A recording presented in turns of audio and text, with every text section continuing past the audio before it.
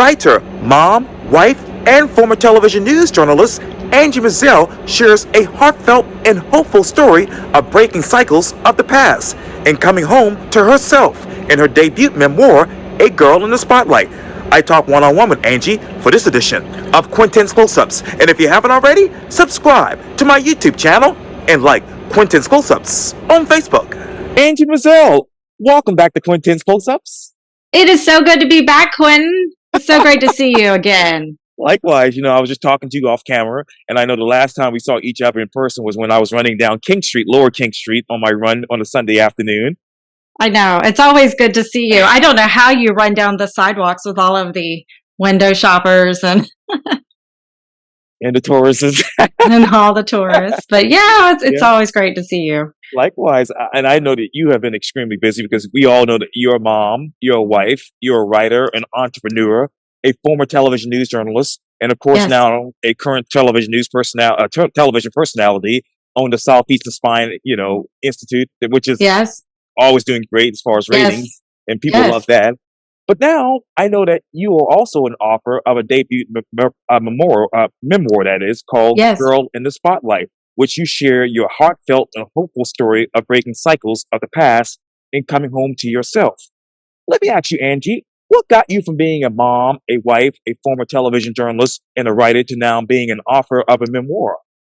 So when I left my career in television news, and that was quite a while ago, sometimes it feels like yesterday, but it was before I became a mom, before I was even quite ready to start a family. I knew that walking away from that career had changed me in a major way because there was a time I couldn't imagine doing anything else but that. I had built my entire identity around being known locally and having a career in the spotlight. Now, I didn't understand that my identity was so wrapped up in it, of course.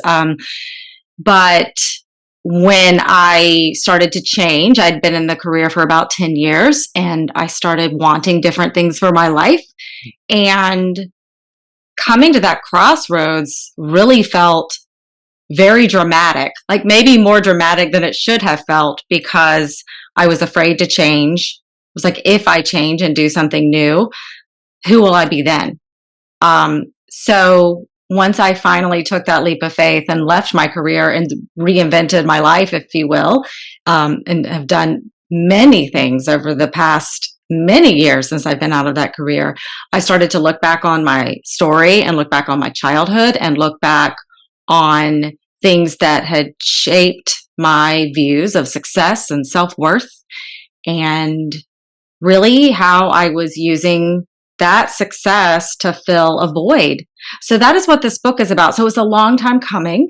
I knew I had a story inside of me, but it took a long time to get all of it out on paper and then get it in any sort of shape that made sense and to get it ready for publication. So it is here now, and I've written it for people that are at a crossroads in their life or just to begin to feel, to begin to imagine what would my life look like if I was brave enough to make that change I'm ready to make. So now that you have made those changes and you went past those crossroads, who exactly is Angie Mizzell, the girl in the spotlight? Well, it's interesting. I still love to be in the spotlight because here we are.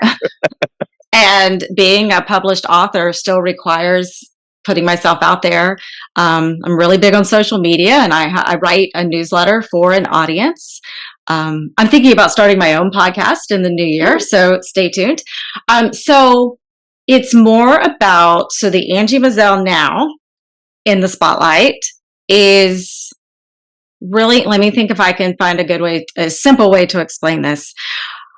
I am driven more by what lights me up, and I like the day-to-day journey, meaning in the past, I was very fixated on this perceived destination. When I reach this level of success, then I'll be happy, or it will make my life feel more meaningful.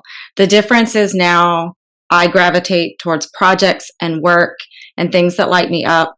Everything is sort of tied to a sense of a greater purpose. And there have been many years where I haven't been in the spotlight at all. I mean, I've volunteered at my children's school, and I am that mom running around in Target in her workout clothes with no makeup and just doing the mom thing. I drive my kids all over town. But whether I'm here talking to you and doing a formal interview or just being myself behind the scenes, I feel like that person is the same in both settings, like inside. And that is the difference. What do you know now is that greater purpose for you? Ooh, that's so deep. So I used to feel like we had to figure out, like, this was some great mysterious question. What's my purpose? What's my calling? Right. But I've just started to pay attention to things I'm doing when I feel alive. And through writing and storytelling primarily, I feel like that greater purpose is to use the things I've been naturally gifted at and things I'm trained to do to help bring people together. So I love to have conversations like you and I are doing. I love to guide people and encourage them to shift their perspectives so that they can start making choices in their lives that help them feel more free and alive. So I feel like my greater purpose is always using what I'm gifted at and thinking about how this is bigger than me. Let's, for example, I want to sell my book. That's about me. And I think you have to work and make money. But what I'm also thinking about is, who is that book for? I'm thinking about I'm imagining people that I don't even know, and that book getting to them somehow and having it change them. And I might never know that person, and it doesn't matter, So there's no easy way to sum that up, but it is that it's like what drives me, what makes me feel alive, and then believing that living in that space will impact other people, whether or not I get the credit for it or not. That's not as important as living in that light. And Angie, we know obviously, and I'm 39 years old now, by the way. What? No, that you can't be. I'm still 39. How are you 39? Well, back in the day, of course, you were the co-anchor of the number one morning show here in Charleston. And then, of course, you went over to Channel 2 to be a reporter there, which you did a great job there as well. But do all of that and being a mom eventually and a wife, when did you know you were actually alive? Ooh. I started to feel it in moments. So I would say that I had those moments even as a television personality, and usually it was covering a certain kind of story or having a moment of camaraderie with my workers or meeting people like you. Anytime there were moments of connection, I started to feel it. But I really think I started to notice that I do feel it when I'm writing. But I do think it's when I'm living my day-to-day life, and it's being present in the moment of my life. And again, it's about feeling alive, whether or not people see you or not. I feel like we all kind of want to be seen and known and validated. But when you're just going about your day and you're like, I'm happy, I'm just running errands, or I'm just being a mom, I'm cutting the crust off the sandwich, and that's cool. And I do think I started to feel more alive in my everyday moments, and that's when I knew that I had finally achieved, maybe the thing I had been seeking the whole time. And it's just a sense of feeling content and having peace. And then that you notice then you're alive. You're like, oh, I'm actually living my life. Yes. Okay. Does this book validate you, or does your television news career validate who you are? Well, I feel like I was seeking validation in my career in television news. And I do think that there was a payoff that I was getting and even today to still be recognized in public, that really feels nice to be a part of a community and still be a face that people recognize and feel like I'm approachable, and that they feel like they know me and they can say hi. But this book is different because it was so deep inside of me to see it through that it just felt like something that I had to finish. So, if anything, I feel the greatest sense of accomplishment just personally having published this book. And then the trick is to not get too excited or too down in the dumps when it's either performing the way you want it to perform or maybe it's not doing what you want it to do. So I, I'm that if that makes sense, because it is kind of a big thing. I'm always checking myself, going, I'm a human, and obviously getting that outward validation is a big deal, and we all want it. But I am making sure that I'm validating myself too, and that is just by seeing something like this through. Yeah, What more have you learned awesome. about yourself now that you've published this book? I have a lot of grit. Like, I'm really strong, and I writing a memoir, especially, I've been writing online for a long time, but putting your personal story out there, it's not that I don't care what people think, because that's just not true. I absolutely do, but I feel like I am more capable now of standing on my own 2 feet and standing by my story and my perspectives, but I'm not so strong in my position that I'm not open minded, or, I'm just here for the conversation. And it, yeah, Even coming here to this particular institution, I was always taught as a journalist to write in conversation, trying to write like you're talking to an old friend. How yeah. exactly did you approach this book from a journalistic standpoint? Well, it's 2 things. In one way, it's tricky because you have to turn off your journalism brain because you're so used to being objective or Right. telling somebody else's story. It's like, oh, I really have to reveal myself here. Where I really turned on my journalism brain was doing my best to fact check my family story, because everybody has a different version of what happened or how it happened. So I worked very hard to tell the story through my eyes. I took other people's version of the story into account. But I really did my best to fact check dates. And Yes. I remember, being on the phone with my mom and going, okay, the photo album makes me think this, but was I 3 when we lived here? When my grandmother died, this and this, and there were just things like the order of things that I fact checked with family, that I really wanted to bring that integrity to the story, to make sure that even though it is very much, the truth is subjective when you're telling your personal story, but I really brought that journalistic integrity that I always felt like I brought to my career as a television journalist. I brought that to the story, into even that I reached out to people that I wrote about. I asked them if I could use their name. I asked them if they were okay with the segments that I wrote about. And that doesn't mean everybody was okay, especially, because I was writing about family stuff and things like that. But I really did my due diligence to bring integrity to this process while still very much owning my story. What was that process like in the beginning? Hang on one second. I lost your audio. Oh, Would no you worries. repeat No, that question? oh, no worries. What was that process like in the beginning for you?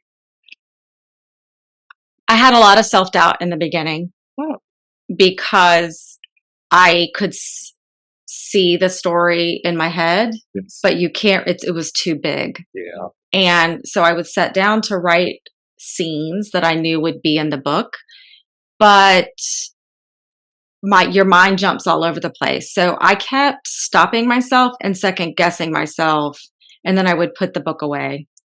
And I really wish, I mean, that's the hindsight talking, that I would have pushed through some of those moments more and maybe trusted myself. It's like, well, you were writing about this, but all of a sudden you started writing about that.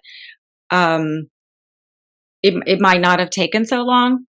But I also think I believe in timing, and I believe that the story is here now because it's when it's supposed to be. Yeah, absolutely, absolutely. When your when your family members read this book, what do they come away with from this? I think it's what I've noticed is that even my close friends and people who have known me forever, it is different when someone who knows you personally reads your story. Um, so I think that I think people just don't ever really know what the experience is like for somebody else. We live a life and we're walking alongside other people, so we think this is the way it is. Uh, But I think hearing the story from my perspective, it surprised some people. They probably, some people didn't know I was struggling the way I was struggling, even growing up. Because of my outward personality, I am pretty cheerful and bubbly and smiley, and that is the real me. But there was a lot going on behind the scenes of my life that even if people knew it was happening, they were not aware that it was affecting me the way it was affecting me. And, that's hard sometimes for people to know all of that about a friend or a family member and to hear it and read it. So, that part of the story, I've done my best to handle with care and really bring a lot of empathy and compassion um, to other people's experience of reading my book.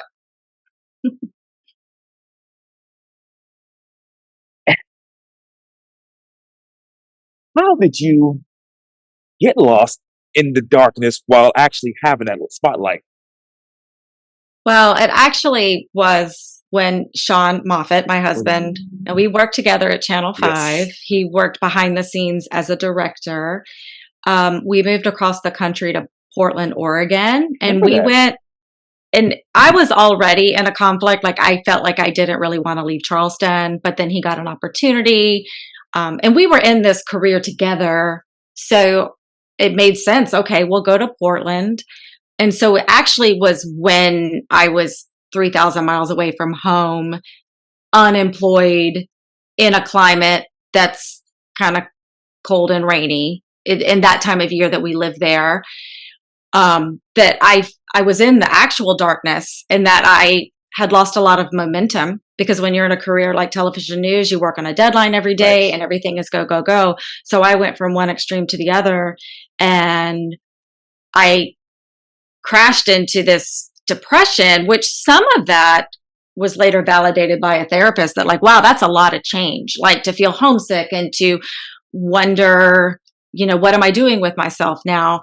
But what I started to notice were there were these feelings coming up from the past that I think I started to realize, oh, maybe I've been covering all of that up with my shiny life. So, that was the beginning of a difficult process. I wouldn't really recommend anyone going through it alone. I had friends and family, eventually, and good mentors. Later, I worked some things out with a therapist.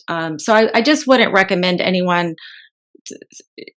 go through that alone.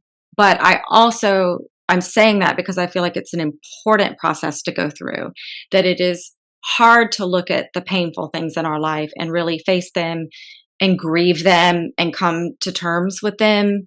And that takes time. Um, but here I am today. And so I am proof that sometimes the life you want, it might be on the other side of your grief. Um, that sometimes if you just let yourself be sad and grieve, it almost works with you to help you kind of build a new life. And what I mean by new life is just in a new frame of mind with a little more peace. So that's what it was like for me. And again, I wouldn't recommend it. Right. Right. But I also feel like for many of us, it's unavoidable. Like the things we're trying not to face catch up with us. Oh, yes, you're right about that. I know about that all too well. So, Mm. coming back from Portland back here home to Charleston, how long did it take you to come to terms with what you were dealing with in the past?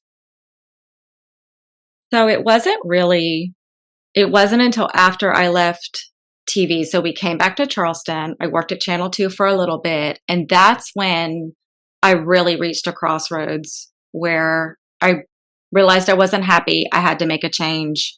So I left. I quit my career, which felt, again, very dramatic. It felt like very much a big deal. And it was at the time. I'm not making light of it, but um, it was only in going to therapy after that the therapist started asking me questions that I knew the answer to, but I realized I was just reciting like a like almost a robotic answer to tell me about this, tell me about that.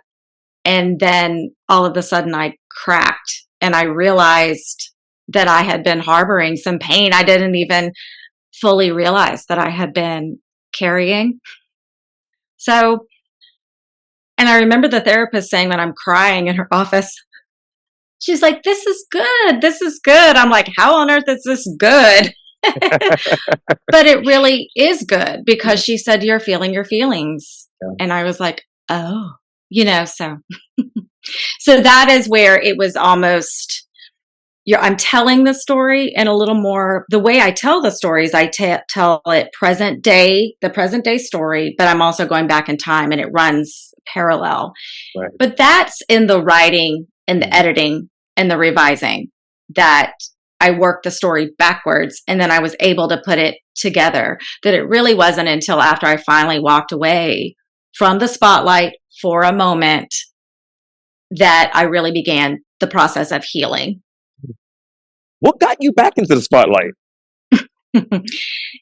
It's funny because I started writing essays for Skirt magazine and doing things like that. And I noticed with my training in communications, I kept gravitating to work that sort of puts you out there. You write an article, there's your byline.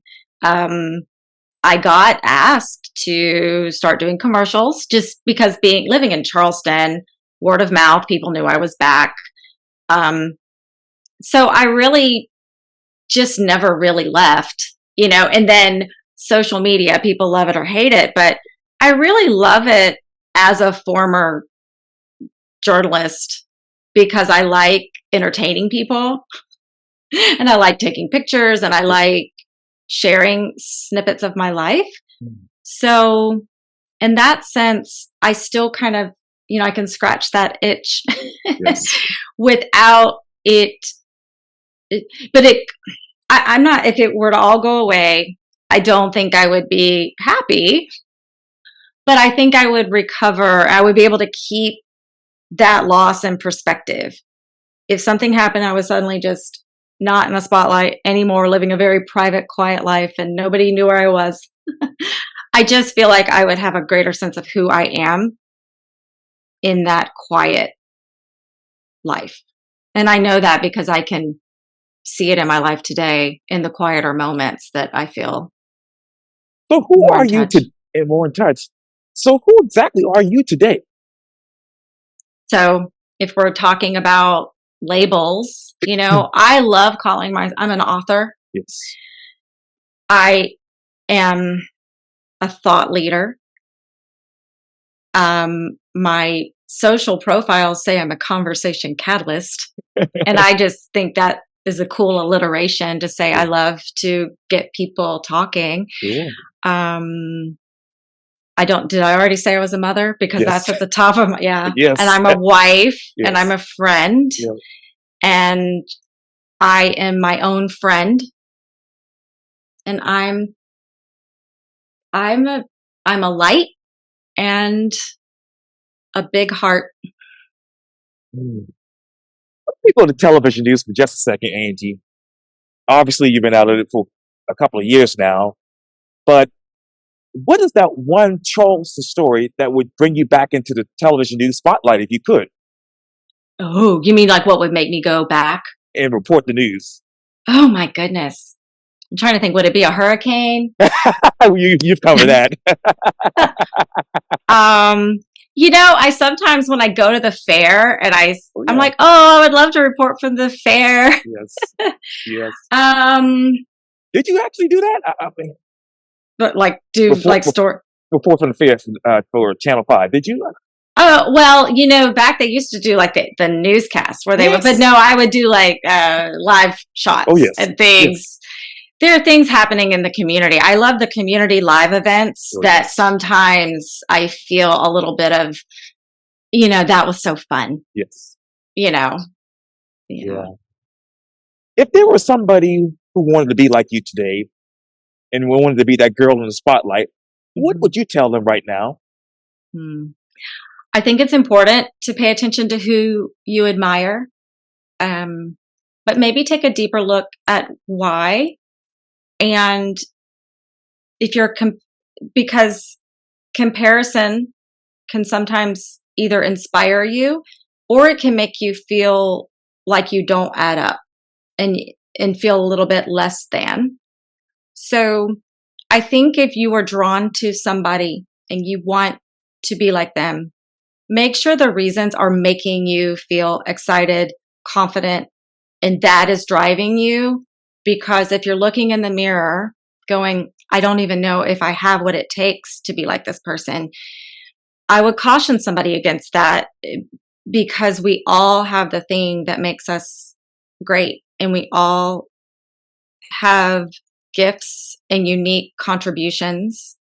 So that's all I would say is just pay attention to how you feel when you are going for that goal.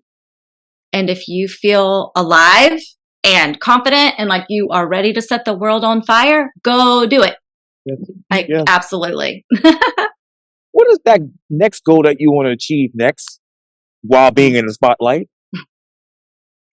I love doing this right now. Like, I really am committed to continuing to tell people about the book because I Yes. want to get the book in as many hands as possible. I've recently decided that I'm going to start a podcast in 2024, and I said it out loud on Quintin's close-ups.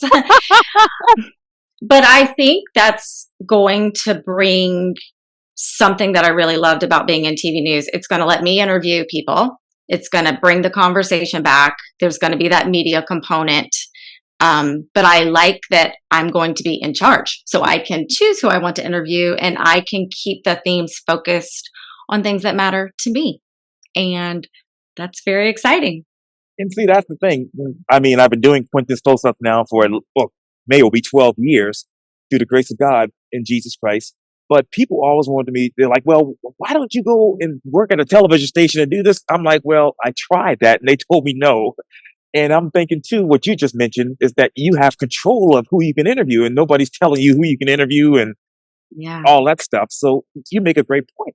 Yeah. It's nice it's like the good news is there really isn't a gatekeeper. Right. The bad news is there are no gatekeepers. So there's a lot of, competition. It's not the Yes. same as being, when I say it's not the same, it's just your local news. I mean, they are commanding Yes. eyeballs and the attention. But I like the idea and the work of kind of hustling to make yourself known because because you care about what you're doing, Right. and trusting that the people who are watching, it's because they really are your audience and it's worthy work and it is a lot of fun. So keep doing the good work, Yes. Quintin. Yeah, I definitely will. I got two questions left. Okay. How has local television news changed in your mind? Well, I think the biggest thing that, I've seen is the presence of social media. I imagine that is difficult to be a journalist and then be getting feedback from the public in real time. I mean, I would occasionally get an email, like you spelled that word wrong, Right. and that's on the television screen, those little graphics, Right. or, why are you wearing that color? Mm, But it really wasn't a lot. right. And I just feel like they are getting the praise and the criticism, and it's a lot. And I think there's a lot of pressure, in that respect. Um, and I wonder if it doesn't seem like maybe they have the same amount of resources that I feel like I did. I always had a videographer working with me and Yes. someone editing my stuff. And I'm Sure. hearing more and more journalists, they call them, is it multimedia journalists, or, Yeah, but MMJs. yeah. And so they are doing a little bit more, and it is a different time, so I think there are challenges that I never considered. And I'll tell you a funny story. I did an interview on Channel 5 for their show Palmetto Life to Yes. promote my book, and I was in the lobby, and now they have these glass bookcases where the tapes that we used, the microphone flags, Yeah. and all the things that I used, it's in the lobby like a museum piece. Yes. And I was like, oh my goodness, Yeah. I am a walking dinosaur. I'm in a museum. But a lot has changed. But I don't know. But I've also, as a writer and the things I'm doing online, what am I? I love that you and I can do an interview right now, and we could make it live if we wanted to. Right. And if I wanted to, there's really, with my iPhone Right. and the access to the internet and social media and a website, so in that sense, it's really good that we have access to the evolution of technology. Mm. And this is a very silly question, but if you could go back in time as a journalist Hmm. and write a story about your book, how would you write it? Oh my goodness. Oh, you mean like, oh, let's see. I still just hear in my head like, former local newscaster leaves career, tells all. Yeah. No, I'm kidding. I'm just joking. But it's not a tell all, Right. even though there are scenes. I need to send you a copy of the book. Sure. Sure. And silly me, I did not even pick one up to show anybody. Can Oh, I go please grab do. it? Oh yeah, please Yeah, do. yeah. Go Hold for on. it. Hold on Yeah, one take your second. time. It's Yeah, not take your that time. far. Okay. Yeah. And I love your backdrop, by the way. I'm back. Yeah, I love the backdrop. Okay, so I love it. So Yeah. I have it in paperback, Girl in the Spotlight. This is not me, but she Yeah. looks like me. Right. And then the hardback. I really love the hardback. And actually, the hardback has bonus book club discussion questions in the Yes. back. And I'm doing virtual book clubs if people want to, or yeah, I will show up for your book club. Just go to my website, angiemizzell.com, and I'm actually hosting one in a couple of weeks. Oh, So cool. yeah. That's amazing. That's amazing. Well, it was so good to hear your voice, and I feel like I'm back in the good times again I know. when It's so, when the world was much better. that's right. A lot has changed. Oh yes. Oh yes. And again, if anybody wants to purchase your book, you go to your website, angiemizzell.com, right? That's right. You can go to angiemizzell.com, but you can also go to Amazon, Barnes and Noble. You can find the book online at any of your favorite booksellers. Oh yes. Oh yes. And I'm sure they have it right around the corner here, Blue Bicycle Books, probably. Yes, I'm working to get it in local bookstores. It is going to be at Main Street Reads in Somerville. Yes. And that is my next stop, to hit the local bookstores. Oh, cool. We love our local bookstores. Yes, Yes. indeed. Yes, we Well, do. oh yeah, absolutely. Well, Angie Mizzell, thank you so much for your time. And again, welcome back to Quintin's Close-Ups. Thank you so much for having me, Quintin. Oh, you're very welcome.